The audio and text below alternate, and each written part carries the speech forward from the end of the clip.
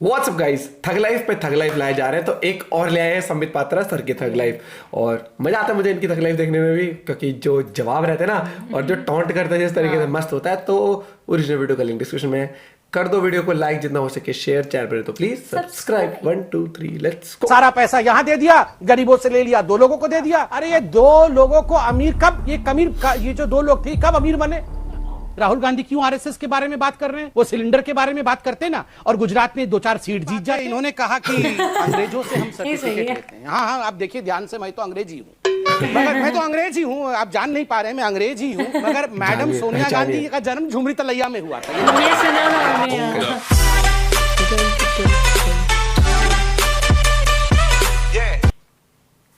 It is only for entertainment purpose. हम दो हमारे दो। ये अंजना जी, इनका कैसेट प्लेयर अटका हुआ है। कभी कभी तो मैं सुनता हूं तो मुझे लगता है ये 2014 से ही, मतलब ये वीडियो कहीं 2014 का तो नहीं है, ये ट्वीट कहीं 2000, मतलब आप 2014 से देखिए। 2 लोगों को पैसे दे दिए, सारे पैसे यहीं चले गए, सारे पैसे वहीं चले गए।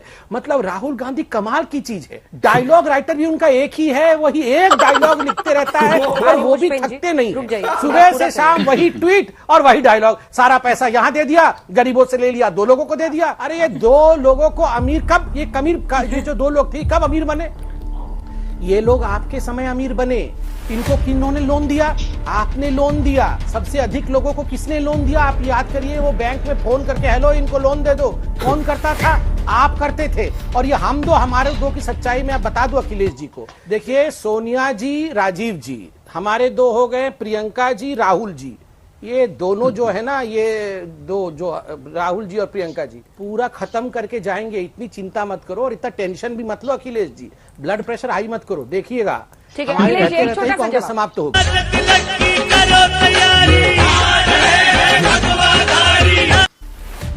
चुनाव में बुनियादी मुद्दे क्यों नहीं उठाते? अब हर बार जब भी चुनाव आते हैं, मुझे बताइए, आज देश में जो बुनियादी मुद्दे हैं उन पर क्यों नहीं बात करते? जब चुनाव आते हैं तब आप शमशान, कब्रिस्तान, दिवाली, रमजान, आप बताइए ना। 45 वर्षों की भीषणतम बेरोजगारी पर जवाब हिंदुस्तान चाहता है, उसको दीजिए। 40 वर्षों का रूरल कंजम्पशन सबसे निचले स्तर पर 850 रुपए हो गया, एनएसएसओ की रिपोर्ट है, उस पर बताइए। 58 सालों की सबसे निचले स्तर पर क्रेडिट ग्रोथ उद्योग की है, उस पर बात कीजिए संबित पात्रा जी। 100 रुपए का पेट्रोल हिंदुस्तान में कर दिया, 225 रुपए आपने गैस सिलेंडर पर बढ़ाकर महंगाई की आग झोंक दिया, उस पर बात कीजिए। रुको जरा, सब्र करो। देखिए, मुझे तो बड़ा दुख है। इन्होंने कहा कि अभी सारे मजदूर खत्म हो गए, बेरोजगारी का आलम चरम सीमा पर है, इतनी महंगाई हो गई है, लोग त्राहिमाम कर रहे हैं और हम लोगों को ये इस विषय में बातचीत करनी चाहिए। मतलब मैं बैठ के ऑपोजिशन का काम भी करूं? आप लोग क्या कर रहे हैं? राहुल गांधी क्यों इमरजेंसी के बारे में बात कर रहे हैं? वो इन सब बारे में बात करते ना। राहुल गांधी क्यों आरएसएस के बारे में बात कर रहे हैं? वो सिलेंडर के बारे में बात करते ना, और गुजरात में 2-4 सीट जीत जाते। अरे भाई साहब, मतलब कमाल है। राहुल गांधी का काम भी हम ही लोग करें, आपके प्रवक्ता का काम भी हम ही लोग करें, सोनिया गांधी का काम भी हम ही लोग करें, तो आप क्या करेंगे? बैंकॉक में छुट्टी मनाएंगे क्या? संबित पात्रा, प्राइवेटाइजेशन। अब ये बिक रहा है, ये भी बिक रहा है, ये भी बिका जा रहा है, ये भी अब बिकेगा। ये लो, 2 बैंक लो, 4 बैंक लो, एयरपोर्ट लो, रेलवे लो, तेल की कंपनियां लो, ये लो। ये बजट में बेचने का अब आता है। देश के या देशवासियों के कल्याण से रिलेटेड एक भी बात इस बजट में जब से आदरणीय मोदी जी आए तब से नहीं आए। जनता को आप मूर्ख समझना बंद कर दीजिए। इस प्रकार की बचकाना बातें आपको शोभा नहीं देती। किसी के गले नहीं उतरती, लोग मजाक उड़ा। जैसे होता ना, ग्राहक देवो भव, कुछ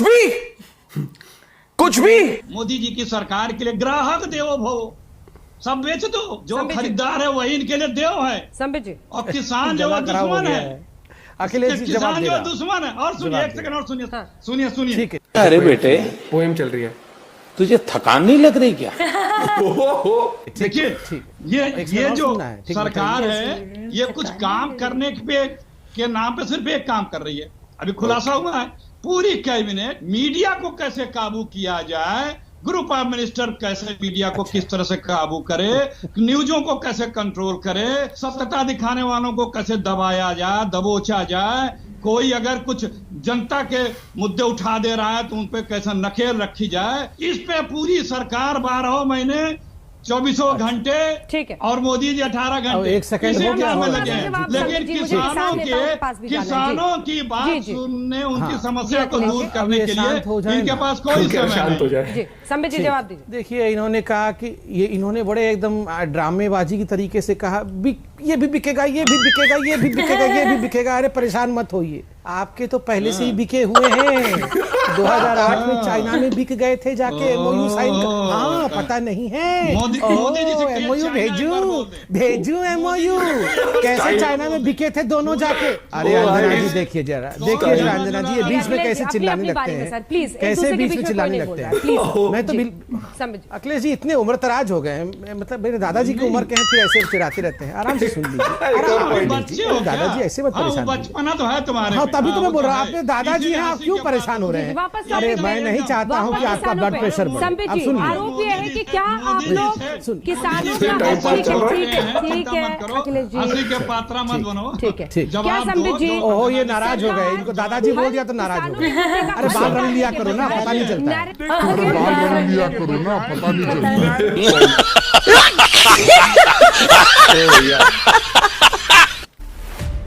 आपकी पार्टी राहुल गांधी को इतना सीरियसली क्यों लेती है? आपने कल भी एक लंबी चौड़ी प्रेस कॉन्फ्रेंस की, आपने कहा कांग्रेस पार्टी फ्रिंज पार्टी बन गई है, देश में अब कहीं भविष्य और अस्तित्व नहीं बचा कांग्रेस पार्टी का। आपने अभी अभी कहा कि राहुल गांधी एक फेल्ड पॉलिटिशियन है। फिर उस कांग्रेस पार्टी का या उस राहुल गांधी का कुछ कहना, कोई बयान उनका देना, वो आप लोगों के लिए इतना मायने क्यों रखता है? आपकी पार्टी इतना रिएक्ट क्यों करती है जब राहुल गांधी कुछ बोलते हैं? चलिए, ये बहुत अच्छा प्रश्न है, बहुत लोग ये प्रश्न पूछते हैं, मैं इसका बहुत ओपनली जवाब देता हूं। नंबर एक, देखिए हम भारत की राजनीति में हैं। आज ऑल सेड एंड डन हम 303 सीट के साथ हो सकते हैं, हाँ ये केवल 52 सीट के साथ हो सकते हैं, मगर आज भारत का मुख्य ऑपोजिशन पार्टी राहुल गांधी जी की पार्टी है। राहुल गांधी जी अभी भी सांसद हैं और पहले कांग्रेस के अध्यक्ष थे और भविष्य में भी कांग्रेस इनको अध्यक्ष बनाने वाली है। तो हम क्या अपोजिशन पार्टी के अध्यक्ष के ऊपर टिप्पणी भी ना करें, रिएक्ट भी ना करें, हटा दे? कल राहुल गांधी को कांग्रेस पार्टी हटा दे, हम तो भूल ही जाएंगे। वैसे भी राहुल गांधी 30 सेकंड में सो जाते हैं, हम तो भूल ही जाएंगे कि कोई राहुल गांधी थे। अरे कांग्रेस कल समाप्त हो जाए, कल 0 सीट आ जाए, हम तो कांग्रेस पार्टी का क भी नहीं लेंगे। गजब बेइज्जती है।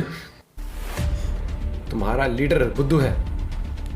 रूबिका जी, पहले मैं आपसे रिक्वेस्ट करता हूं, पढ़े लिखे लोगों को डिबेट में बुलाया जाए। यहाँ हम तू तड़ाक और गंदी भाषा सुनने नहीं आए। मोदी जी के लिए क्या क्या भाषा नहीं कहा गया, चोर तक कहा गया मोदी जी को। हमने कभी किसी भी प्रवक्ता को ऐसी गाली दी? ये जिस प्रकार से तू चुप बैठ, तुम्हें चबा जाऊंगी, तुम्हें बत्तियां तुम्हारी उधेड़ दूंगी, तुम्हें मार डालूंगी, ये क्या है? और मैं कहता हूँ राहुल गांधी को बचाते बचाते ये कांग्रेस के पार्टी के प्रवक्ता पागल हो जाएंगे।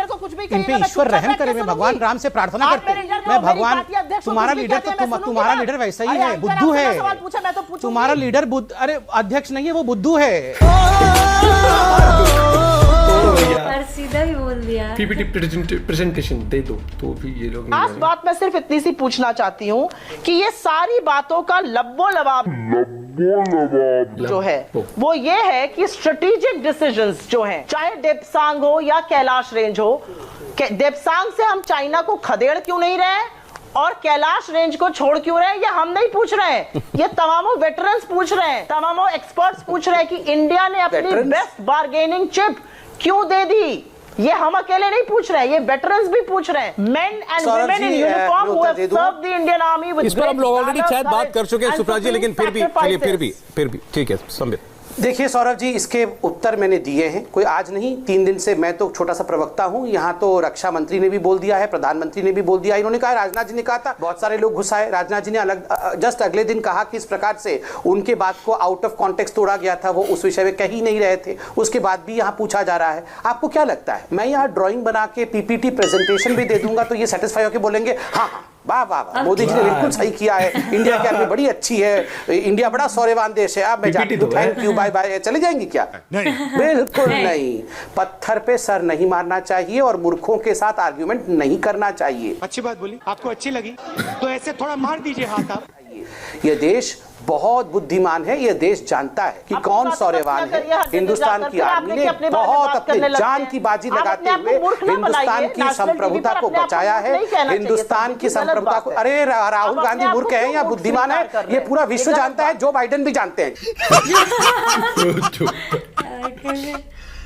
भगवान। Inner party democracy of Congress versus BJP. उन्होंने तमामों हमारे नेताओं के नाम ले लिए तो अडवाणी जी, मुरली मनोहर जोशी जी, अडवाणी जी, मुरली मनोहर जोशी जी, यशवंत सिन्हा जी, अरुण शौरी जी, जयंत सिन्हा जी, राजीव प्रताप रूडी जी, ये कौन से लोग हैं? कुछ लोगों को मार्गदर्शक मंडल में बिठा दिया गया है और कुछ लोगों को ऐसा दरकिनार कर दिया गया कि उनसे अलग से बात करी तो आपको ऐसी खरी खोटी अपनी पार्टी के बारे में सुनाते हैं। खैर, मैं किसी पर कोई आक्षेप नहीं कर रही हूँ, मैं तो सिर्फ पूछना चाह रही हूँ कि इनर पार्टी डेमोक्रेसी की बात जो भाजपा वाले करते हैं, कहते हैं कि वो कितने अनुशासित है, इसके बारे में भी जवाब देते थे तो अच्छा रहता। रुको जरा, सबर करता है। देखिए, पहली बात तो इन्होंने कहा कि जो भी आज कांग्रेस के अंदर हो रहा है वो इनर पार्टी डेमोक्रेसी है। मैं तो भगवान से प्रार्थना कर रहा हूँ, मैं जगन्नाथ जी से प्रार्थना कर रहा हूँ, कृष्ण जी से, शिव जी से प्रार्थना कर रहा हूँ, भगवान करे कि और ज्यादा इनर पार्टी डेमोक्रेसी कांग्रेस के अंदर आ जाए और ये सारे लोग सड़क के ऊपर लड़ते हुए नजर आए। हमारी को क्या आपत्ति है? कोई आपत्ति नहीं है अंजना जी, बिल्कुल सर फटा हुआ लो इनकी, और डेमोक्रेसी बढ़ जाए। मेरा मुंह का निकल गई, मेरी जबान टूट गई यार। क्या कर रहा है, क्या कर रहा है? सोनिया गांधी का जन्म झुमरी तलैया में हुआ। हाँ, ये देखा दूसरी तो बात था। है, इन्होंने कहा कि अंग्रेजों से हम सर्टिफिकेट लेते हैं। हाँ, आप देखिए ध्यान से, मैं तो अंग्रेजी हूँ, मगर मैं तो अंग्रेज ही हूँ, आप जान नहीं पा रहे हैं, मैं अंग्रेज ही हूँ, मगर मैडम सोनिया गांधी का जन्म झुमरी तलैया में हुआ। मैं अंग्रेज हूँ, इसमें कोई शक नहीं। बताइए, क्योंकि वो बाहर की है ना, जिसके घर में अध्यक्षा और उनके सुपुत्र सब विदेश के हैं, वो सुबह शाम हमें अंग्रेज कहते हैं। बस मेरे को अच्छे से देखिए, मैं अंग्रेज दिखता हूँ। बिल्कुल मेरा मुंह का निकल गई, मेरी जबान टूट गई यार। क्या कर रहा है, क्या कर रहा है? उसके बाद इन्होंने डकैती की बात की। अब देखिए, जमीन किसके पास कितनी है, छोड़ दीजिए हिंदुस्तान की जमीन, अगर आप जाके मंगल ग्रह में भी और बृहस्पति में भी जमीन देखेंगे तो वहां भी वाड्रा की कंपनी चल रही है। भाई साहब गजब, वहां पर भी कंपनी चल रही है। और भाई आ गया स्वाद वीडियो देख के तो कर दो लाइक यार, पहली बात तो। और ये मस्त लगता है, वो कहता है और भी बोलना है, चलो बोल लीजिए। एक वो पॉइंट मारना कि आप तो मेरी दादाजी की उम्र के हैं, तो मेरा चुलबुलापन टॉलरेट कर ही लीजिए। क्या बोला, कंफ्यूजन हो जाती है, बाल कलर करवा ले। क्या इनको बुरा लग गया मेरी बात का।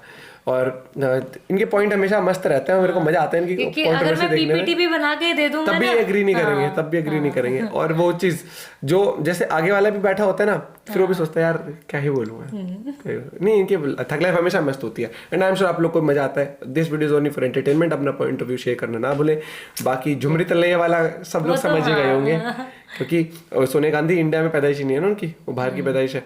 और नाम पहले उनका कुछ और था, एंटोनियो था शायद, वो ऐसे बोलते हैं उस नाम से। मेरे को कंफर्म नहीं कि वही नाम था नहीं, क्योंकि इंडिया में आके तो नाम चेंज करा था शादी के बाद।